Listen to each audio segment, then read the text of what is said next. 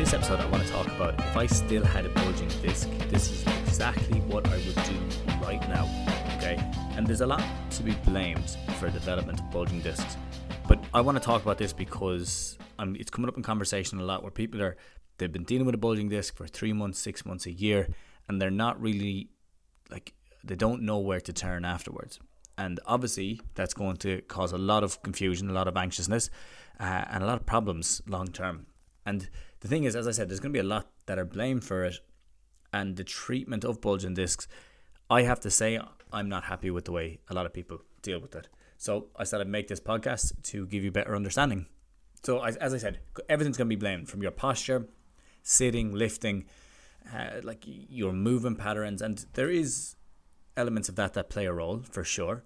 But what most people don't realize, and this is more common than you'd expect, with this podcast, I'm going to try to explain it, okay? People don't realize that bulging discs are so common, okay? 1 in 3 people over the age of 30 has a bulging disc with no pain.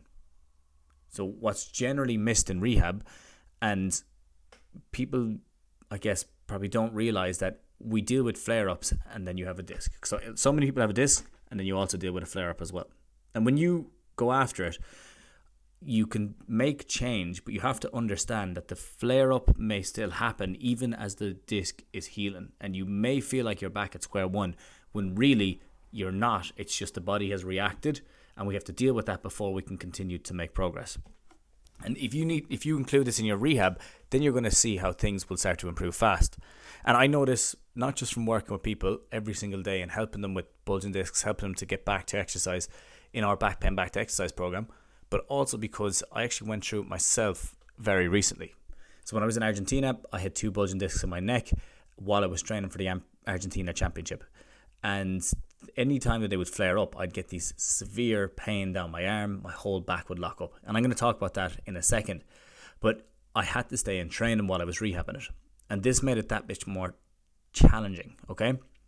But honestly, at the same time, there was no better time to work on my own knowledge of the issue and my own concept around what is going on and how to improve it. Therefore, now I'm much more confident in helping people overcome theirs because I know the feeling.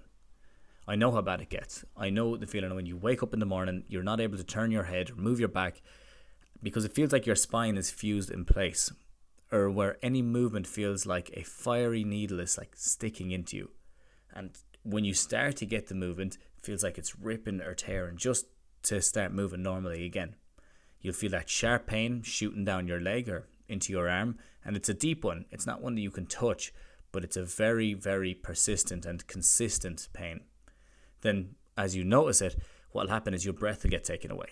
So you start holding your breath as you try to move, or you start breathing really fast as you're looking to try get out of bed or get up off a chair. The thing is that this can last for days at a time if it's not dealt with. And if you don't know what to do, you're going to have this feeling that it's going to be constant. And it does consume you. So when it finally starts to calm and you're feeling more yourself again, you're feeling normal and you can get back into your daily life, you're still left with that feeling of anxiousness or wariness or nervous that it's going to kick up again.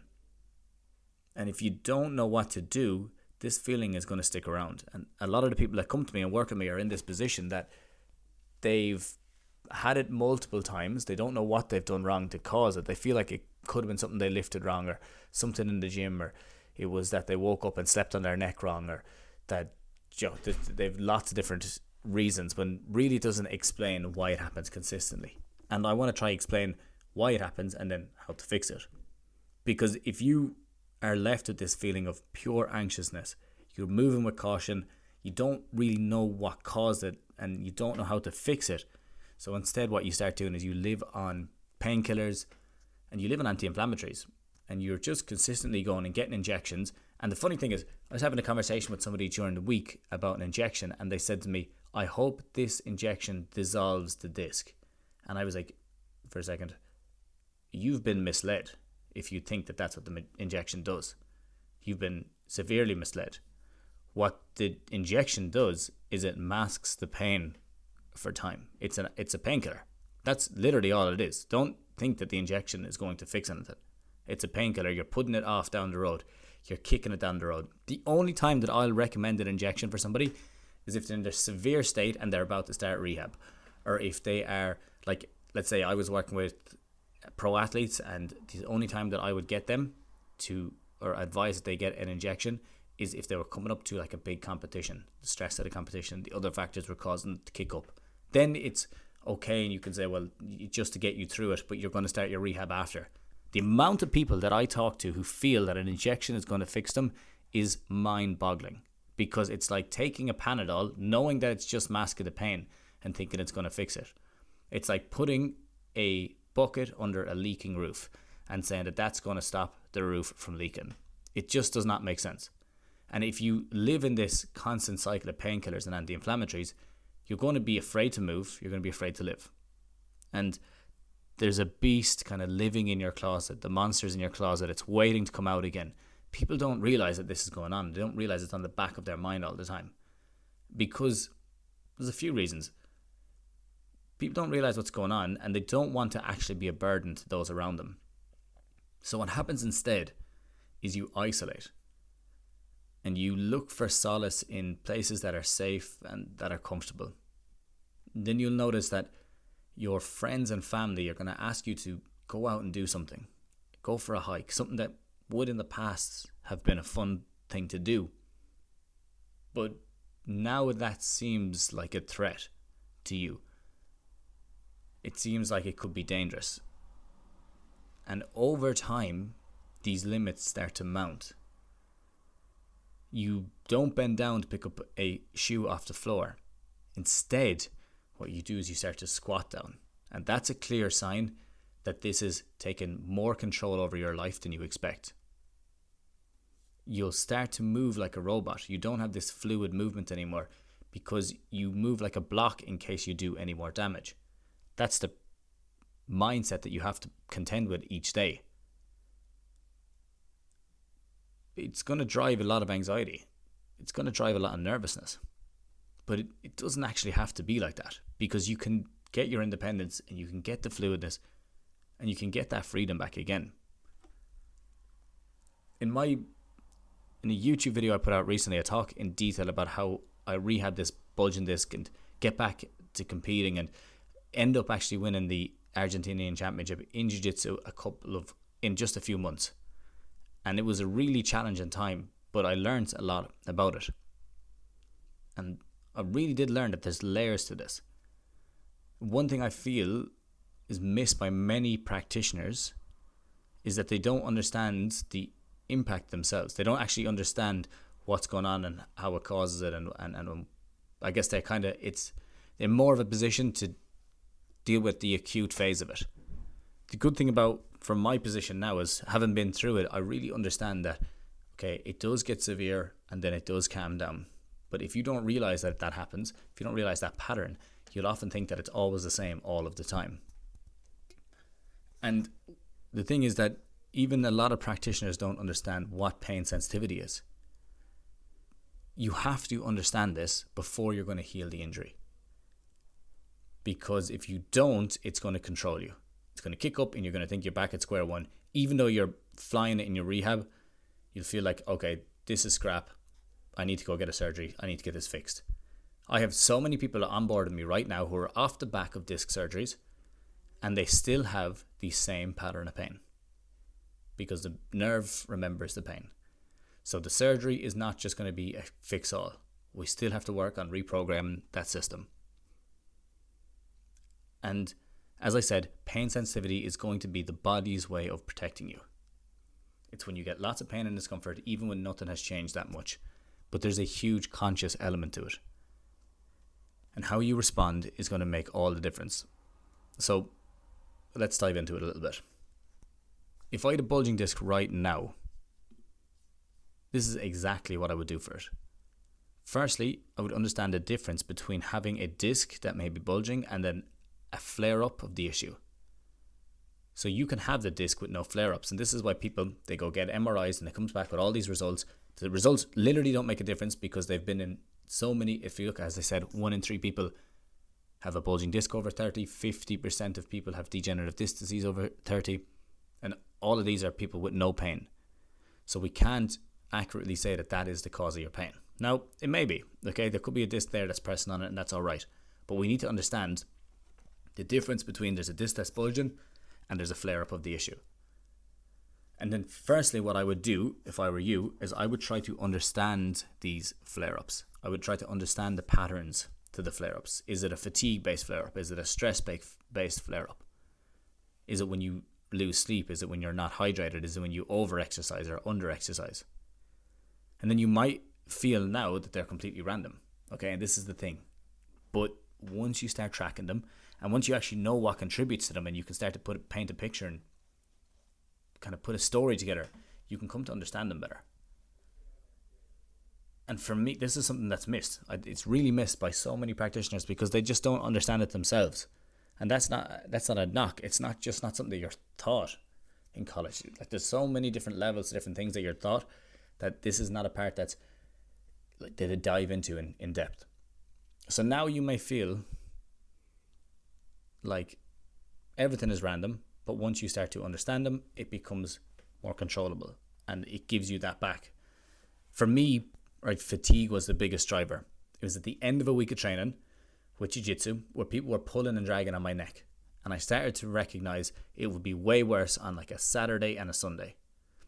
Who would have guessed? People pulling on your neck causes it to kick up.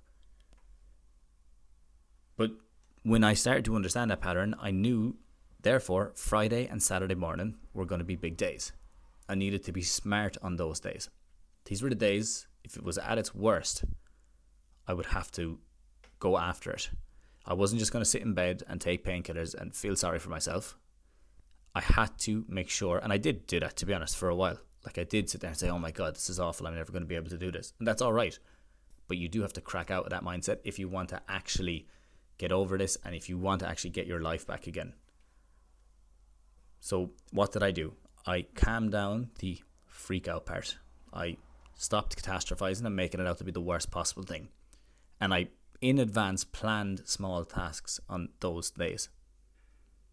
Like prioritizing a long walk. One of the best things that you can do for it. And then starting to do little movements at home to free it up. Then I would start to work through some of the discomfort, and I start to understand the positions that it's actually exposed in and it's vulnerable, where the disc is pressing. And then I would understand the positions where I could move into and it's not a problem. And just from understanding this, I calmed down the danger response in my body, calmed down the alarm system, and I started to have less pain. And then as I started to move into these positions, I used breathing patterns to calm the response. On those days and every day around it, I ate well, I drank well, and I took a nap when I was able to. I didn't go out drinking heavy or give it a day, because I knew that would take it longer to recover if I did, realistically. I would give it a day or two to recover. And then I would look to rebuild into exercise again. Okay, because what people miss out on, and when people say, I want to be pain-free, and I say, well, what's your goal? Like, that's okay, pain-free is grand if you're sitting on the couch all day for a certain state, but then you will decondition and that will become a problem. So it's better to set a goal where you're trying to get back to something, because then you condition yourself to be able to handle higher loads. For example, if you want to run a 5K, you need to condition yourself to run a 5K while you're managing the disc, or you condition yourself to get back into the gym 3 times a week while you're managing the disc. This is the condition element that you need to improve on. You can't just focus specifically on I need to be pain-free, because pain-free lying in a bed is one thing. Pain-free while running a 5K is a different thing. And you need to set your condition higher if you don't want it to be bothering you while you're just walking around. So now I would start to rebuild into it. And then I isolate the pattern and I began planning my training sessions different. So I would have high days and I'd have low days. After a heavy weekend, on a Monday, I would generally have like a bit of a higher day. Tuesday, I could have a small, like a medium size or lower day. Wednesday would be higher. Thursday then would be a little bit lower. Friday, I know I'd be kicking up a bit, so I kind of make the decision on that day. But in general, I would probably have like a low to medium day on a Friday, and then Saturday I'd have an active recovery day. All of these just leading in one into the next. And I was smart about what I was doing in my training because I understood it. I understood the aspect of it. I don't expect you to understand all this right now. But I was smart about what I was doing in my training. I knew some trainings I'd have to push harder, some trainings I'd have to pull back. And I took the recovery days when needed, and I prioritized most important things. See, the real problem here is we're told to be afraid of back injuries and to treat them differently than you do every other injury. But what happens to you then is you get put through this cycle of pain. And you may say, the doctor told me to do it, or hospital told me to do this. Well, unfortunately, they have to give general advice, not specific advice. And the worst part of it is it's very outdated advice. So let me clarify that, just so it doesn't look like I'm bashing hospitals. For example, right now, hospitals are still telling people to ice their injuries. Rest, ice, compress and elevate an injury, which we know actually slows the recovery rate and impacts healing. We know that now, the research has showed it, and it's a standard in hospitals to still do that. But that might be news to you. You might not have known, I thought icing an injury was a good thing. First off, the first documented case of people icing an injury is in 1967 when a guy got his two arms caught in an agricultural accident in a rotator, and it pulled his two arms off, and it was the first surgery where they were able to reconnect them. So what they did is they put them in ice while they were minding it, and then they put the arms back. Obviously they went into the surgery and it was a successful surgery and reattached this guy's arms. Would you believe it? 1967 was the first time. But then what the news outlets did is they focused on the ice for the arm, that it helped to maintain the arms, and then they took that and ran with it, and that became part of the narrative. Okay, and then as it became part of the narrative, people use it more. So then afterwards, and you believe me or not, the guy who came up with the RICE protocol, rest, ice, compress and elevate, his name is Dr. Gabe Merkin, and it was in the 1970s he wrote it into one of his sports injury manuals. And years later, Dr. Gabe Merkin came back and said, everyone needs to stop doing this. It's delaying healing and it could be making it worse. The guy who came up with the technique said you need to stop doing the technique, and he was wrong. Fair play to him for doing that. But why are hospitals still recommending that? Someone tell me. Now, if that story alone doesn't show you how slow that they are to adapt to new treatments and new ways of doing things, I don't know what will. Okay, it's time you stop following advice that's going to hinder you, and you start following the advice that is up to date and that will actually help you and help you help yourself. I hope that makes sense. Even though it's said, and even though they still look at the same surgeries where the surgeries are completely unnecessary in a lot of cases, and the injections are just there to get painkillers, or just to be a painkiller, but the story behind it makes a difference. They tell you it's something else. People are still following them because they don't know where else to look. That's why I such pushback when people tell me that this is their plan. And I'll say, look, that could be your plan, but if you were 1970, grand, but it's now 2025, we need to change that. Okay, and it's important to change that. So to go back to the next thing, what I would do if I had a bulging disc right now is I'd find the range. These are the specifics that the disc is most impacted. And once I understood this, I would start to work around it again. I wouldn't work directly into the range, because what we want is the disc to heal, and the only way it'll do that is through movement. It'll reabsorb through movement. But avoiding movement and stopping everything will make you rely on the patterns that are causing the injury in the first place. And over time, the disc will reabsorb. But you do need to be consistent with it, and you do need to have the right plan and right structure in place. So once I begin to get a grip of it, I would start focusing on rebuilding strength to support the body, to allow the body to heal the disc, to give you other movement options so that you don't need to rely on it consistently. Then I would start with range of motion, and I'd move into bodyweight strength. After some, let's say you start your range of motion, you move to bodyweight strength. After that, you kind of have to start pushing on with more resistance-based training. And then I would stick to that for 3 to 4 months, monitoring everything and understanding that, okay, I'm going to have a flare-up. I've already said it, it's going to happen. When it happens, I need to deal with it. And that's common and it's normal.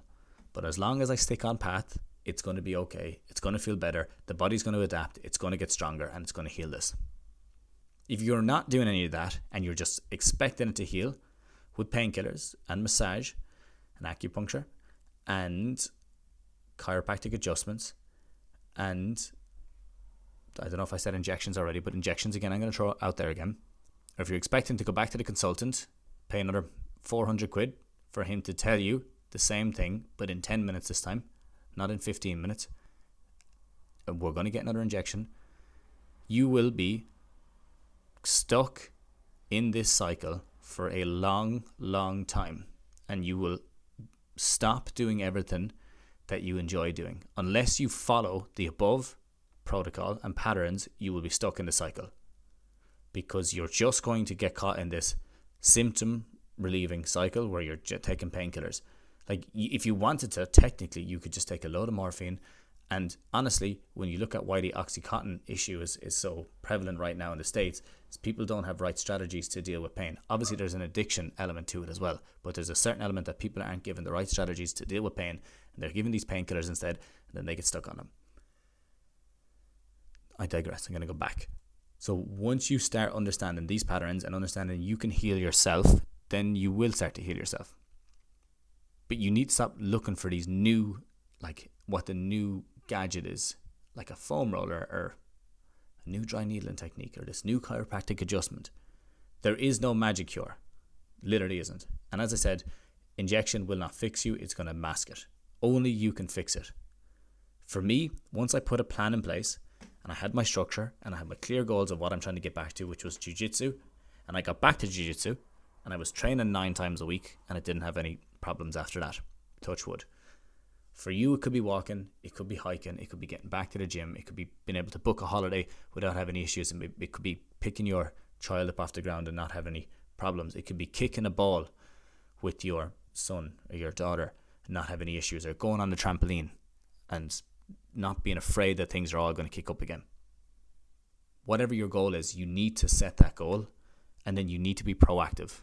And if you're not proactive, you're going to get stuck in that pain cycle. So you need to set your goal, commit to it, and over time, the results will come. And I've just given you exactly what you do to get there. But if you're a bit lost and you don't know where to start with this, well then I'm absolutely happy to point you in the right direction or help you out. This structure is what we use in the Back Pain Back to Exercise group program. And it's a clear, structured way just of rebuilding your body and getting back to exercise. If you've had back pain, we've had people literally with bulging discs, ankylosing spondylitis, degenerative disc disease. We've had a lot. Okay. If this is you, let me just go to the rest of them. I'm trying to think. Facet joint degeneration. We've had people who fell from a roof 10 to 15 years ago and are looking to rebuild again, or who were in a car crash and they want to get back into exercise. So we've a lot of different elements to it. But we've been doing it consistently for years. We give you the plan, the clarity and the structure. You just lean in on the calls, ask questions. We give you your action plans, and then you can adapt it to your life. But you need to get started. So what we do is we teach you the strategies and we show you exactly what to do, and then we help you through it. And on the program, you have the course, you have the education to follow up on, you have all the exercise plans that you need to go through. And it's a very, very structured way. 14 weeks, get through it, and you're in way, way, way better position. If this is something you want to get on board with, just hit the link in the bio and we can chat about it in more detail, I should say. So you don't have to live in a state of constant fear and anxiety and freezing and thinking that everything's going to get worse all the time if you start to put a plan in place. And if you feel like what you've been doing isn't working, it's a good time to change. If this is a podcast that you're interested in, I would love if you could rate it, because that is all I'm going to talk about today. I think that I've laid it out structure-wise what you have to do. Take advantage of that. You can message me on Instagram, @RobbieCassidy_, LinkedIn @RobbieCassidy, or you can email me at info@themobilitytutor.com. But if you did like the podcast and you feel like it benefited you, I would love if you could rate it. I'm trying to get it up to 1,000 ratings. Right now we're way off that. But it would be excellent if you could please take the time to go up, scroll up, and give us a 5-star rating. And let me know what you think as well. Otherwise, that's going to be everything I want to chat about today. Thank you all for signing in and listening, and we will chat to you all at the same time next week. Check out the links in my bio to understand all this better, and have a good one.